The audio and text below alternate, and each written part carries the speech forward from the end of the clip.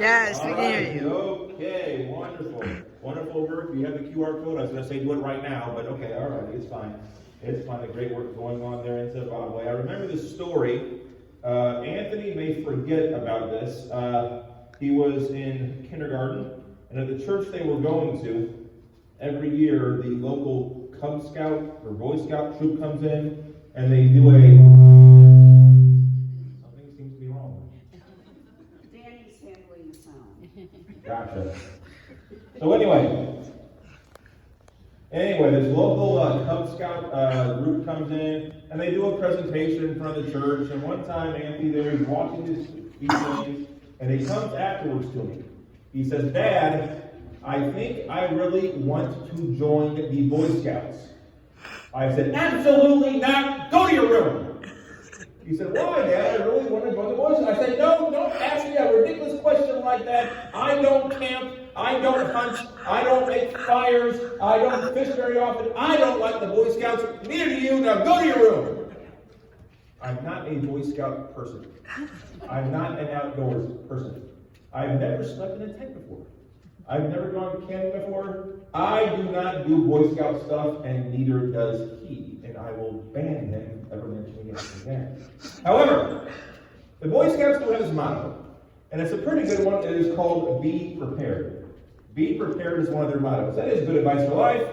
Being prepared. I am going into year number 20 of education. I have 8 more years until I retire. I learned I need to prepare for that. You have to plan to retire. You can't just wake up one day and say, "Okay, I'm done." You have to have your ducks in a row, things in order. It's important to be prepared in life. Jesus talks a lot about being prepared. His topics throughout his ministry, he talks about sin, prayer, talks about money, but his main theme for those 3 years is, what's going on? You're loud. I can barely hear it. So what should I do? You keep talking. We can Okay. handle this. All right. Okay. You're saying Well, now I lost my wonderful spot. things. I should start over maybe. Boy Scouts. So anyway, Jesus talks about sin. He talks about prayer. He talks about money. A big thing, though, throughout his ministry is being prepared. And he's going to tell a parable in Matthew chapter 25, if you want to turn there. We're going to talk about this parable. I'm going to read all 13 verses. Then we'll go back here and we'll kind of pick it apart here a little bit. So Matthew chapter 25, verses 1 through 13. At that time, the kingdom of heaven will be like 10 virgins who took their lamps and went out to meet the bridegroom.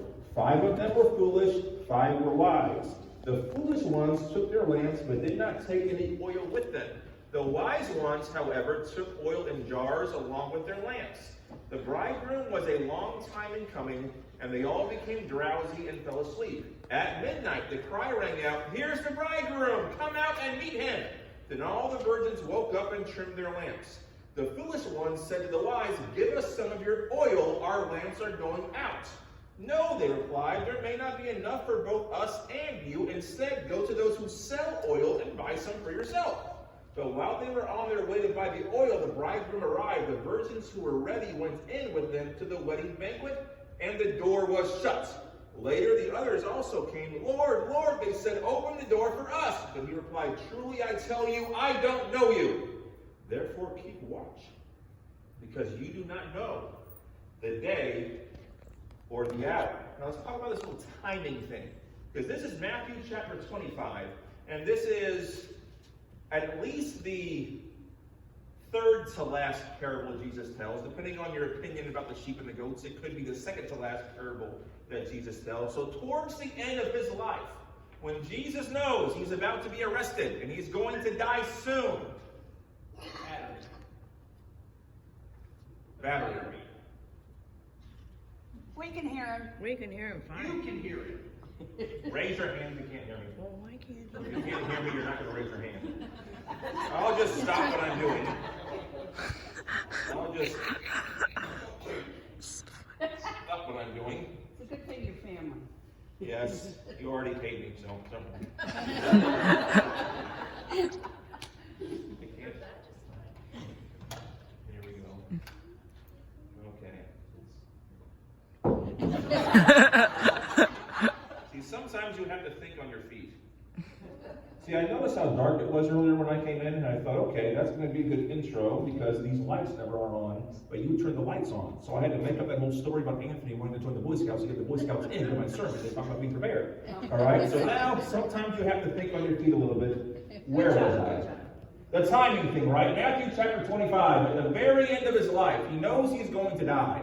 So one of his last parables is he's going to talk about being prepared. It's on his mind. His earthly ministry is ending. So he tells this parable. What is a parable? You have to know this if you're going to read parables. They're not 100% actual events that he's remembering or things he saw. They're just examples. They're throw-ins. They're toss-ins. Whenever he has a sermon or a lesson, he throws in a parable so that the people who are listening can relate to that parable. It's always about something that they know about. Fishing, investing money, going to a judge, going to a wedding. It's things they know about. It would make no sense if he told a parable about a concept that was completely foreign to them. So when he tells parables, it's always something that they know. And for this is a parable about a wedding. Now, weddings back then were different than weddings today. You know, today, if it's anything like mine, you meet someone, after a while of dating, you ask them to marry you, you give them an engagement ring. A year or so later, you have the wedding at the church, you have the ceremony, the reception afterwards, and then you live your life as a happily married couple. Back then, it was different. Back then, weddings were a huge deal. They came in 3 steps. The first thing was called the promised stage. And I know young people have promise rings now. I promise to be engaged to you someday. That's not really what it was back then. The promise stage was not between a boy and a girl. It was really between 2 families. I promise that my daughter will marry your son. And you make that promise when the daughter is young. You know, when your daughter is 3 or 4 years old, fathers are thinking about their wedding and what they're going to do. You have this promise stage between these 2 families. After that, you have the betrothal stage, and there's a difference. The promise stage you can get out of if you want to. It's not legally binding. It's not 100%. If you have to move to a different country, you can just kind of break it off. The betrothal stage, and we use the word betrothed still today. You know what that word is. We just mean it as being engaged. But back then, it was a very serious engagement. There was a legality to it. Today, the girl can just rip off the engagement ring and say, I never want to see you again. And then the engagement is over and there is no wedding. Back then, you had to actually get divorced if you were engaged. Mary and Joseph, I think, were betrothed because they were not married. But remember, Joseph was prepared to divorce Mary quietly, right?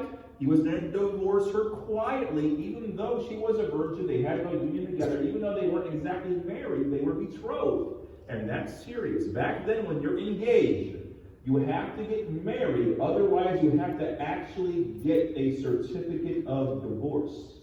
That's the second stage. After that, you have this big week-long marriage ceremony. This big week-long feast. A huge procession is involved in this week-long feast. Let's look at chapter 25. Let's go at verses 1 through 6. At that time, the kingdom of heaven will be like 10 virgins who took their lamps and went out to meet the bridegroom. 5 of them were foolish, 5 were wise. The foolish ones took their lamps, but did not take any oil with them. The wise ones, however, took oil in jars along with their lamps. The bridegroom was a long time in coming. They all became drowsy and fell asleep. At midnight, the cry rang out, "Here's the bridegroom! Come out and meet him!" So the way it worked back then, sometimes I would say the 10 bridesmaids, sometimes I would say the 10 virgins.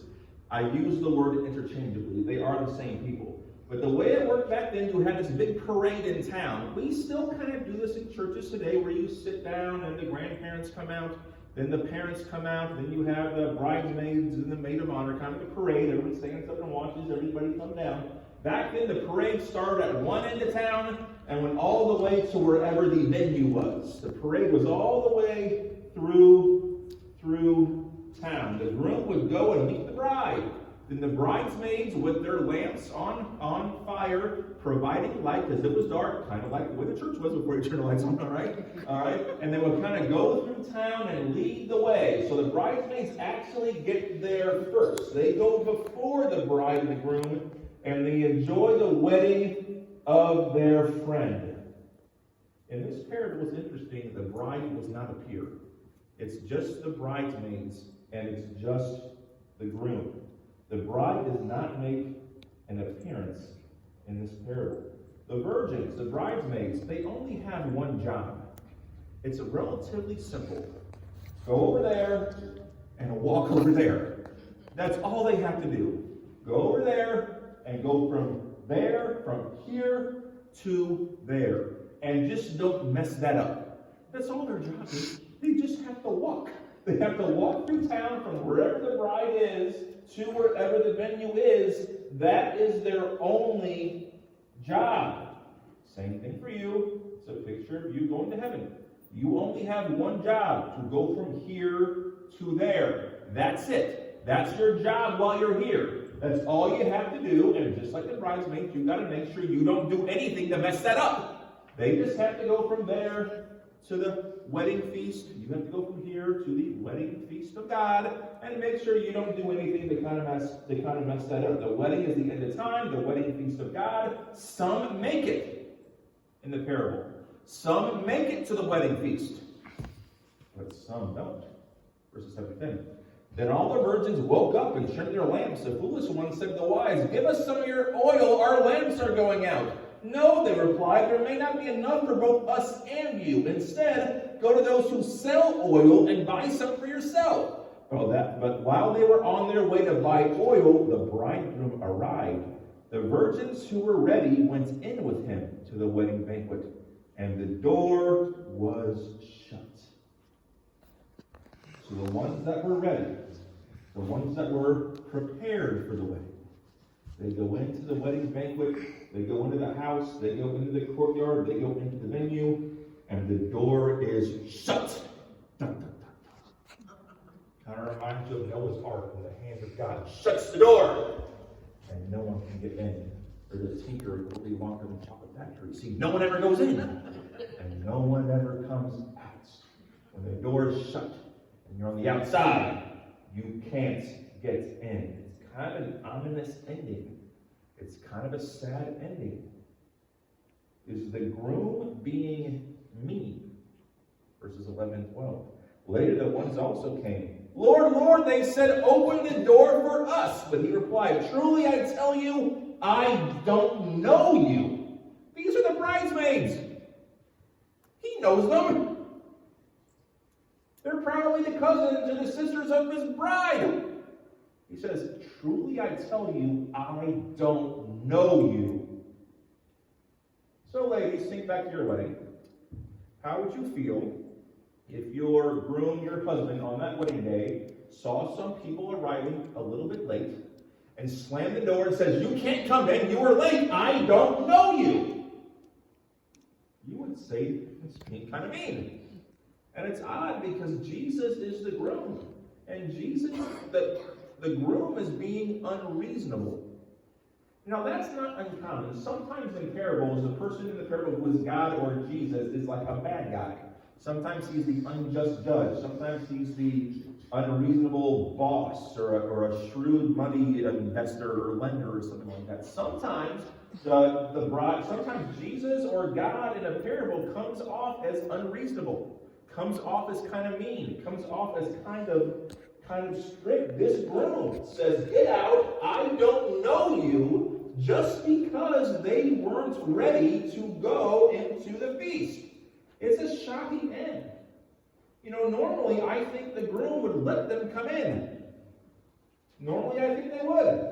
It's a shocking story. The audience who's listening to Jesus would think that the groom is being unreasonable for not letting people come into your wedding just because they were a little bit late, just because they weren't prepared. When Jesus tells stories, when Jesus tells parables that have that surprise ending, that shocking ending, that ending that you wouldn't expect, that twist at the end, that is usually where the lesson is. That is the point. He tells lots of parables. They may forget, okay, was it 5 and 5 or 6 and 4? Were there 10 virgins? Were there 12 virgins? Were there 40? That number, he says that number a lot too. You know, they may forget stuff like that, but they remember, he said, I don't know you. The shocking ending in the parable is where the lesson is. And that's the point that Jesus wants the audience to remember. The parable is about the end of time, going from earth to heaven. The groom in the parable is Jesus, and that's not a surprise. In Revelation chapter 22, our relationship with God is described as a wedding or marriage. The whole idea of being on the outside trying to get in is a common theme in Scripture. You know, aliens trying to become a citizen in the kingdom of God, being an invited dinner guest to somebody else's house, a stone being placed in a house or a temple. I mean, it even says, you know, adopted sons of God, adopted members of the family. Here, some on the outside, they make it into the wedding. Some of the bridesmaids do, and some don't. Just like the end of time. Some people will make it to the wedding feast in heaven, the wedding feast of God, and some won't. The groom in the parable is Jesus. Who are the virgins? Who are the bridesmaids? We can talk about that here for a second. I think there's more to it than just saying everyone. I think the bridesmaids and the virgins, they are everybody on earth with some exceptions. It's not a gender thing. Both men and women can be bridesmaids. Rich people, poor people, Jew or Gentile, you know, they all can be bridesmaids. Babies get to go to heaven. Babies, they do not have to be on time.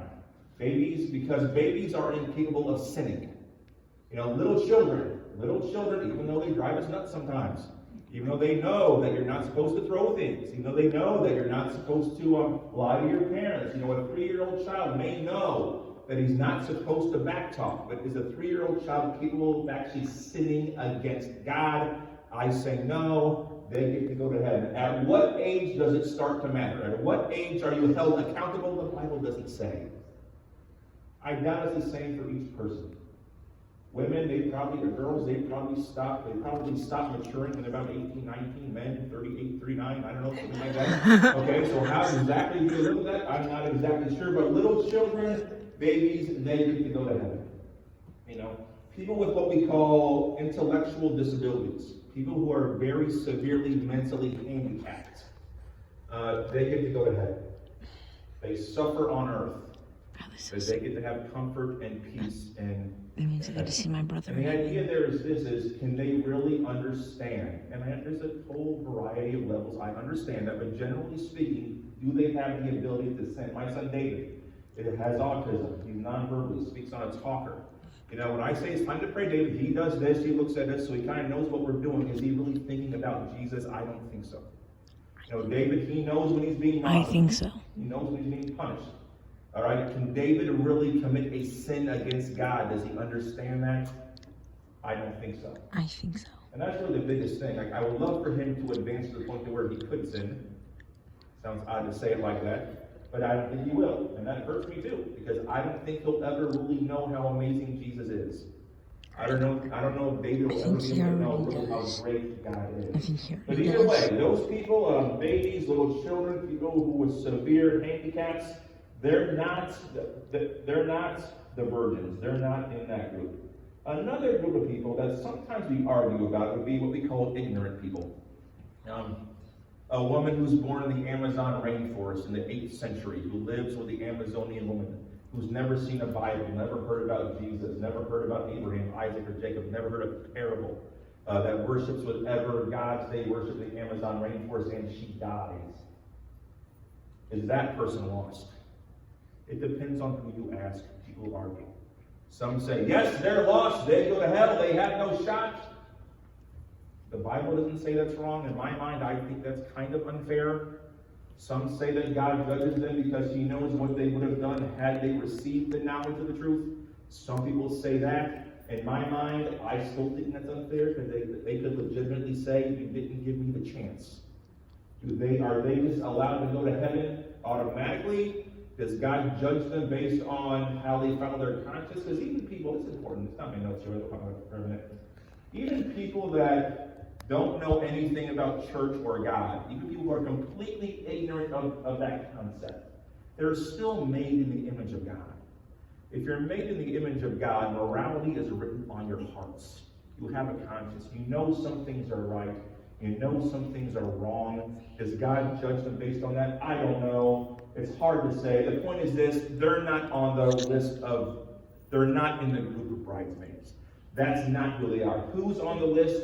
Everyone that can hear and understand and decide to follow Jesus. If you're going to make a choice about Jesus, you're one of the bridesmaids. And I think everybody here probably is on that list. Then something happens in verse 5. Remember, virgins are anyone who received an invitation. They RSVP'd, they had a card, they knew about the wedding, they knew where it was, they knew what time it started, they had ample time to prepare. Then in verse 5, the bridegroom was a long time in coming, and they all became drowsy and fell asleep. In parables, in stories, in lessons, whenever someone falls asleep, that means they died. That's what it means to fall asleep in a parable. That's what it means maybe in a poem or whenever Jesus is teaching a concept. If you fall asleep, that means you die. So, they die. You all as bridesmaids, you're all going to die. Hopefully it's not a shocker to you. You are all going to die. Unless you're alive when Jesus comes back, someday you're going to die. You all will. Good, bad, rich or poor, Jew or Gentile. If you're a descendant of Adam, you're going to die. Mother Teresa and Adolf Hitler have something in common. They both died.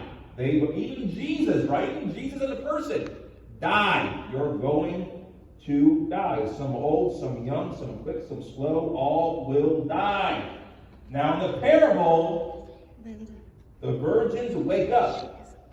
Their sleep is temporary, as is yours. Your death will not be permanent. Verses 6 and 7. At midnight the cry rang out, "Here's the bridegroom, come out to meet him." Then all the virgins woke up and trimmed their lamps. All wake up, the wise ones and the foolish ones. They all wake up. The ones with extra oil, the ones without oil, they all wake up.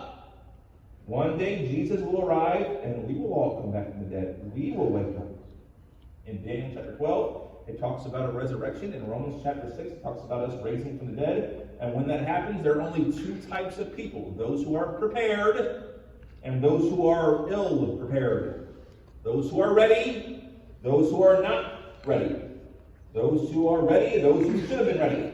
Those who are in the feast, those who are outside of the feast, those who go to heaven, and those that go to hell. You belong in one of those two groups. You will. What determines what group you're in? In the parable, using the parable language, the key seems to be the oil. That determines whether or not a virgin is wise or a virgin is foolish. A bridesmaid is wise or a bridesmaid is foolish. It has to do with the oil. So what is the oil? We have some ideas here about the oil, but you have to remember what a parable is. A parable is a throw-in. A parable is just a story that illustrates a point. You're not supposed to pick every little detail out about a parable. You're trying to find meaning in every little thing. It's just an idea. Oil they used back then, it could be petroleum, it could be olive oil. Don't get bogged down in things that you can't possibly know. Because really, if you look at verse 1 in chapter 25, what does it say? It says the kingdom of heaven will be like. Like, okay, it's kind of like this. It's kind of like that. That's what he says before he tells the parable. I think in almost all parables, he uses the word like when he introduces the parable. So for you as Christians, the oil is whatever you need to be prepared. The Holy Spirit, the gospel message, repentance, baptism, loving your neighbor, forgiving others so that you too will be forgiven. Whatever it is for you to be prepared, that is the oil. 3 things we learn about the oil. It's what you need. It's what you need to get to heaven. It's what the bridesmaids need to get to the wedding. But 3 different things. First off, there seems to be an amount that you have to have. You have to have enough oil. Verse 8. The foolish one said to the wise, give us some of your oil, our lamps are going out. So you have to have enough oil. Whatever the oil is, to be properly prepared to get to heaven, you have to have it. So people that come to church at Christmas and Easter and call themselves Christians, or Christians in name only, maybe have a surface level religion, call themselves Christians, but really don't behave or give themselves to Jesus. You know, it doesn't appear like they have enough oil. I think they need to be worried. I think we need to pray for them. They need some more oil. Also, it has to be your own oil. Verses 6 through 9. At midnight the cry rang out, here's the bridegroom, come out and meet him. Then all the virgins woke up and turned their lamps. The foolish one said to the wise, give us some of your oil, our lamps are going out. No, they replied, there may not be enough for both us and you. Instead, go to those who sell oil and buy some for yourselves. So you can't borrow somebody else's oil. You cannot get to heaven because somebody else is a Christian. You cannot do that. One of my favorite shows, Cheers, from the 1990s, Carla LeBeck Tortelli was a waitress on there, and she had this idea that because her son was a priest, she got a free pass to heaven. She said, if you're the mother of a priest, you get a free pass to heaven. That's not true. Now, that's fiction. I don't know if they actually believe that, but I know I've met husbands that think because they send their wife and their kids to church that they're okay. I don't go to church. I stay home, I do my own thing. My wife and my kids go, therefore, I'm fine. When I was younger, I met kids that thought because their dad was the elder, or their dad was the preacher, or their mother was a youth sponsor, that I'm with them. I go to heaven because I'm with them. Not true. You cannot go to heaven because of someone else. You cannot ride to heaven on someone else's coattails. It has to be your oil. You have to get your oil. You can't go in by name only because you have the same last name as somebody who has enough. It's up to you to have enough oil to get to heaven. It has to be yours. The biggest thing is you have to get the oil before you die. Once you die, there's no chance for you. Once you die, you don't have an opportunity to get more oil. The prepared virgins, they were prepared ahead of time. They had extra oil in jars along with their lamps. They were prepared. The foolish ones were not. All fell asleep. The ones who were not prepared, they were in trouble. Because when you die, it is too late. You have no chance. There's no chance for you when you die. The time is up. The bell rings. The midnight cry rang out. Here comes the bridegroom. When you die, that's it. Some people pray for dead people. You know, whenever I come up here, I go to your house where my dad's ashes are. I doubt they're there anymore. They probably disintegrated or evaporated or whatever they do. But I go there, and I don't know, it makes me feel good to go there. I don't pray for him, and there's no point in praying for him. But I pray and I thank God that I knew him. I pray and I ask God that may his message live on to people that he touched. They don't forget about him. I do stuff like that, but I can't pray for him. In 1 Corinthians, people were actually trying to baptize dead people. It's called the baptism of the dead in 1 Corinthians chapter 15. That doesn't work. Before the Protestant Reformation, the Catholic Church, they would sell indulgences, which means you could buy something from the church to help your ancestors who passed away, to give them better rewards in heaven. That doesn't work. Once somebody dies, there's nothing you can do. I'll tell you this. I was probably stupid when I did this, but in 2012, when Grandpa Greens died, that's my dad's dad, he probably had no oil. He was not at all interested in Jesus. He was a good father. He was a good grandfather. Don't ever say anything bad about him. Ever, okay? I love him dearly. I miss him dearly, but he did not love Jesus. He did not really have a relationship with Jesus. And when he died, I prayed and I asked Jesus to please let him go to heaven anyway. Was that stupid of me? Yes. Probably, I don't know. Was that immature of me? Yes. I would say yes, but whatever. I did it, okay? But when someone dies, there's really nothing you can do praying for them. Once you die, it's it. Once you die, you have no chance to get more oil. Once you die, you have no chance to make a difference. That's it. You have to be prepared for that time. The only thing that will happen to you when you fall asleep is eventually you will wake up. Earlier we discussed the virgins, who they are. With some exceptions, they knew there was a wedding. They knew they were invited to the ceremony. They decided not to prepare themselves. What excuse would a person like that give when they go to see God? I put it off. I was too busy. I met some people over there who were hypocrites, therefore I didn't want to follow you. They were bad, so therefore I'm not going to be good. I didn't like you because of the way they were acting. That's like saying if I'm going to go over there and try and play Beethoven, and I do terrible, for some reason you're mad at Beethoven, and not mad at me, okay? That's kind of what that is. What kind of excuse? They knew there was a wedding. They knew they should have had enough oil. They knew they should have been prepared. And they got caught ill prepared. I've met Christians before who are not sure if they're ready, that are nervous. If you're in that situation, you have a good preacher there, Danny, you need to go talk to Danny. Let him give you some advice. Let him see where you're at. Let him answer your questions. You know, at times I get scared when I know I'm doing something wrong. I feel it. I feel it. Okay. All right. You know. But if you have questions about that, talk to your preacher. He's a good guy, a good man. He can help you. You can take verse 13 two ways, and it is kind of scary, I guess. He says, "Therefore keep watch, because you do not know the day or the hour." We learned since we were kids at camp every day that we don't know when Jesus is coming back. He could come to the clouds right now. It could be tomorrow. It could be next week. You have no idea. You have to be ready, and that's true. When you're a child, you always think he's going to come back during your lifetime. Maybe because you don't understand time or eternity like that. But you have no idea the hour. You don't know when Jesus is going to come back. You also don't know when you're going to die, for the most part. Some people might. There's the end of time, and then there's your end of time. When you die, that's end of time for you. You do not know the day. You do not know the hour. You need to be ready. This is serious. You got to be ready. Or as the scouts say, you have to be prepared. Let us pray. Dear Jesus, thank you for a chance to come together, thinking about our independence and the fact that we have the rights and the freedoms to prepare ourselves for you to come, to prepare ourselves for our own death, to worship you and to love you without threat of oppression or arrest. Let us look at this parable that you told about this wedding of bridesmaids, and let us realize that when we sin, we're not taking our spirituality seriously. We're just like the foolish ones. They had one job, and we had one job. Give us the strength and the wherewithal to not mess it up.